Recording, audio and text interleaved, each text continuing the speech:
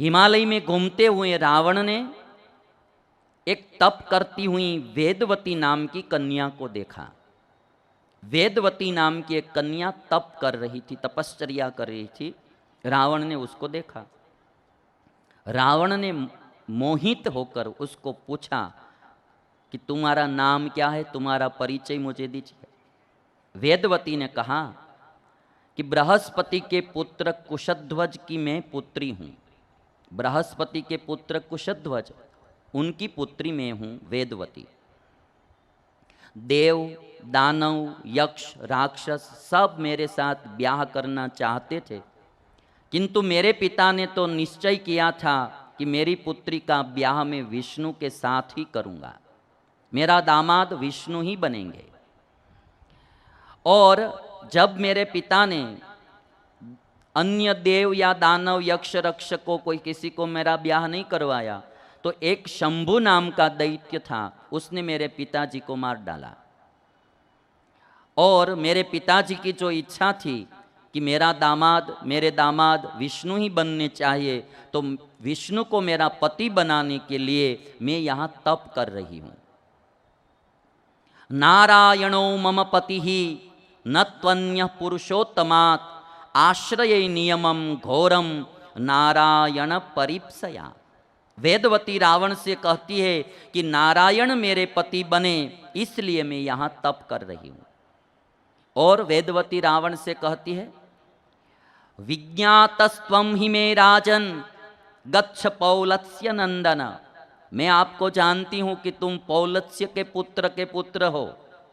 और जानामि तपसा सर्वम त्रैलोक्ये यत ही वर्तते। इस त्रिलोकी में जो कुछ हो रहा है वो सब मैं मेरे तप के प्रभाव से जानती हूं। तुम कौन हो, क्यों आए हो, मैं सब जानती हूं। तब रावण ने कहा कि तुम मेरे साथ विवाह कर लो। वेदवती ने ना कही तो बलात् उसके बाल पकड़ लिए वेदवती के। जब रावण ने बाल पकड़े तो वेदवती ने अपने हाथ रूपी तलवार से ही बाल काट दिए। बाल कट गए, रावण के हाथ से वेदवती छूट गई।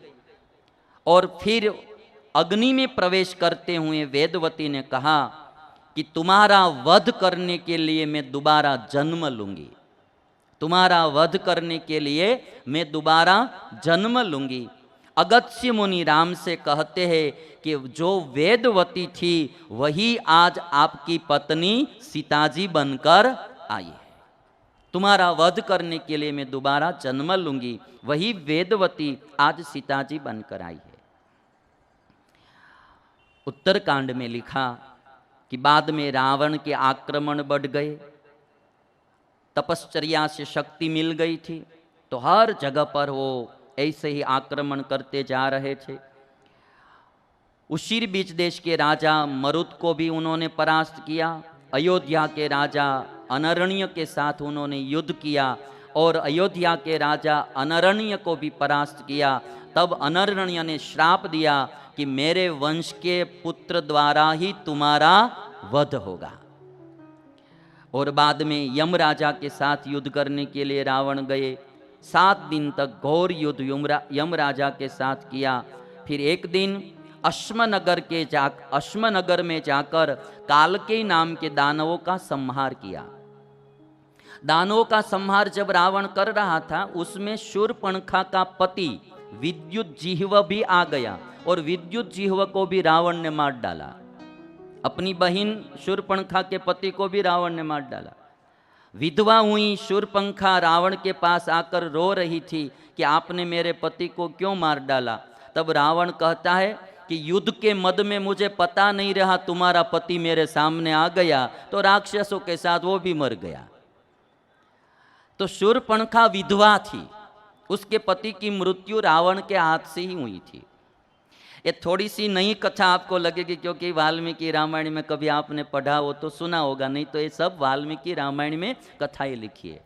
इसलिए मैंने पहले से ही बता दिया, अब हम जब जाएंगे आगे की कथा में तो पता रहेगा। अब रावण का जो पुत्र था मेघनाद, एक दिन वो उपवन में जाकर यज्ञ कर रहा था। रावण को तो विष्णु और इंद्र के साथ वैर था और ये उसका पुत्र इंद्र का यज्ञ कर रहा था। तो वहां उसने मेघनाद को यज्ञ करते हुए देखा रावण ने कि मेरा पुत्र तो यज्ञ कर रहा है। 7 यज्ञों द्वारा ये मेघनाद ने एक आकाशगामी दिव्य रथ प्राप्त किया था। उसका रथ आकाश में ही चलता था और तामसी नाम की एक विद्या प्राप्त की थी।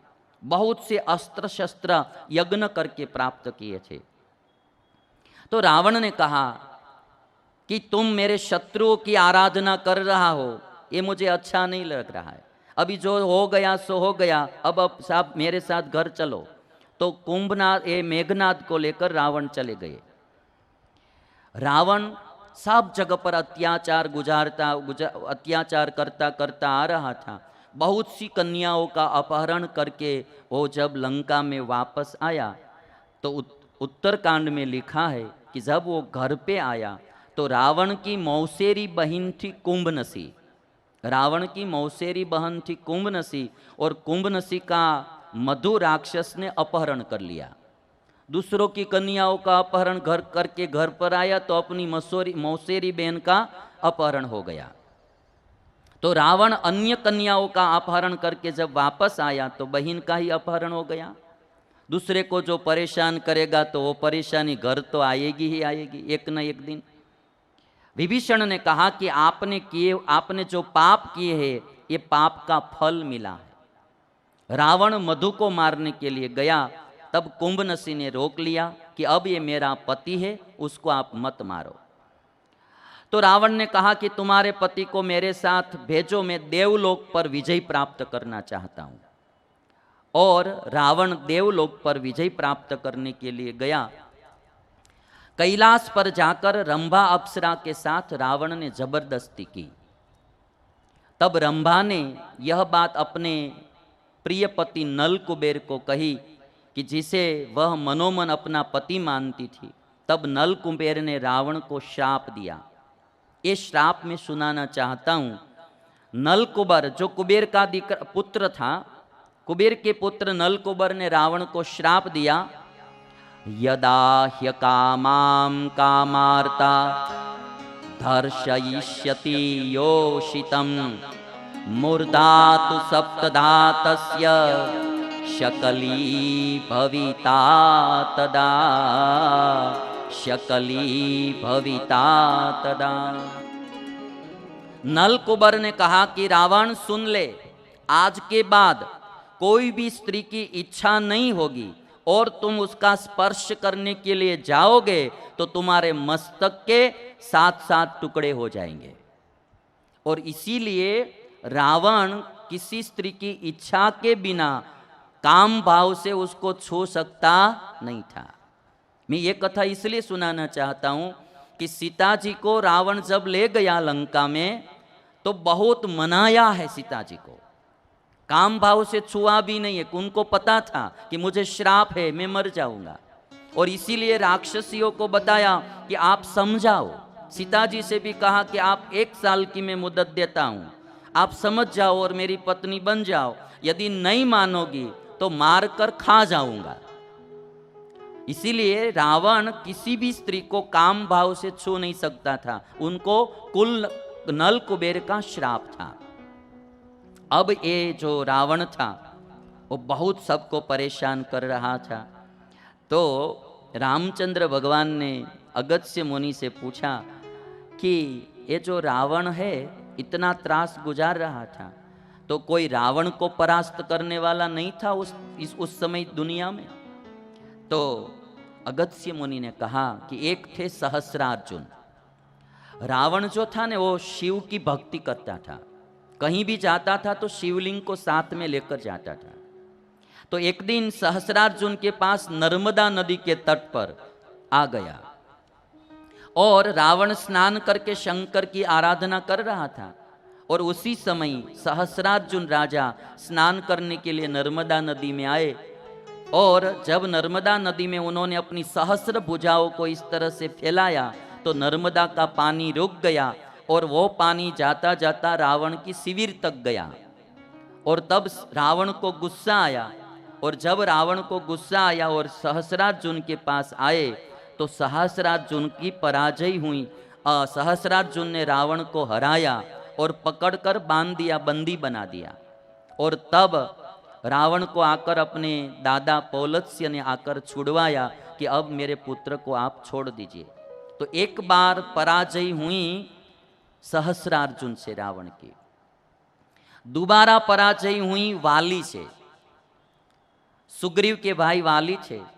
एक दिन रावण वाली के पास गया और वहां जाकर कहता है कि वाली कहाँ है, मुझे युद्ध करना है। तो मंत्रियों ने कहा कि वो तो संध्या वंदना करने के लिए समुद्र तट पर गए हैं।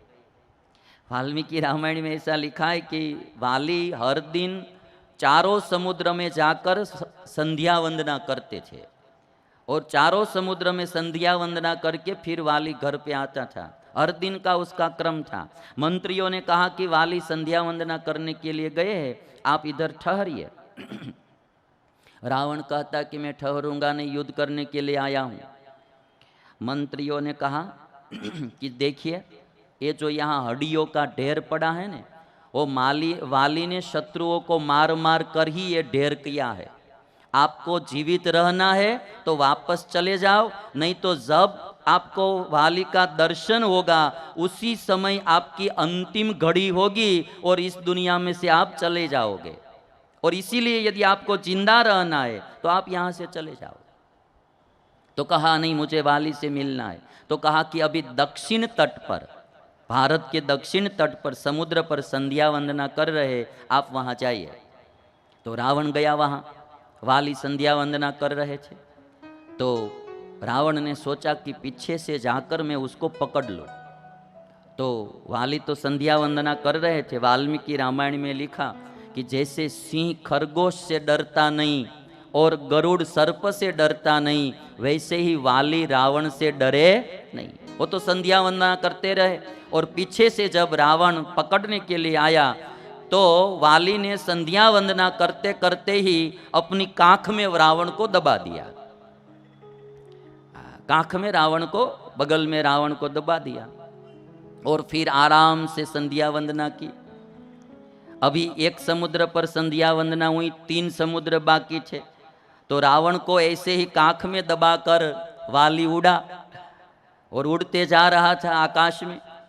तो पीछे सब मंत्री लोग जा रहे थे छुड़वाने के लिए, रावण के मंत्री लोग थे, छुड़वाने के लिए जा रहे थे। तो वाल्मीकि रामायण में लिखा कि वाली इतनी तेजी से उड़ते जा रहे थे तो उसके पवन का आघात का जो वेग था वो वेग सहन नहीं कर पाए मंत्री लोग, तो वहीं ठहर गए और वाली रावण को काख में दबाकर चला गया। तीनों समुद्र पर आराम से संध्या वंदना की। रावण काख में ही है, अभी बगल में ही दबा दिया है। तीनों समुद्र पर संध्या वंदना की। फिर वाली घर पे आया, घर पे आकर इसको छोड़ा और छोड़कर पूछा कि भाई आप कहाँ से आते हो? आपका शुभ नाम क्या है? आप कहाँ से आते हो? और रावण ने तब इतना कहा कि मैंने ऐसा सोचा था कि इस दुनिया में मन का वेग सबसे ज्यादा है, वायु का वेग सबसे ज्यादा है, गरुड़ का वेग सबसे ज्यादा है। आज चौथे आप निकले कि आपका वेग तो उन तीनों से भी ज्यादा है। अहो बलम अहो वीर्यम अहो गांभीर्यमेव च ये नाहम पशुवत गुह्य भ्रामितः चतुरोर्णवान। तुम्हारे बल को तो मैं क्या कहूँ, तुम्हारा बल को धन्यवाद है, तुम्हारी शक्ति को धन्यवाद है कि तुमने मुझे ऐसे ही काख में दबाकर तीनों समुद्र की परिक्रमा करवाई। ये जो कथा है ये मैं इसलिए सुना रहा हूँ कि इस दुनिया में कोई चाहे कितना भी शक्तिशाली होता है, उसके ऊपर भी कोई न कोई शक्तिशाली तो निकलेगा ही निकलेगा। हमारे गुजराती में ऐसी एक कहावत कही जाती है कि शेरनी माथे हवा शेर होई होई ने होई। शेर एक नाप होता है, 500 ग्राम का नाप होता है। शेर पर सवा शेर बोलता ही है, माने कि कोई कितना भी शक्तिशाली होता है उसको भी दबाने वाला कोई न कोई तो आ ही जाता है।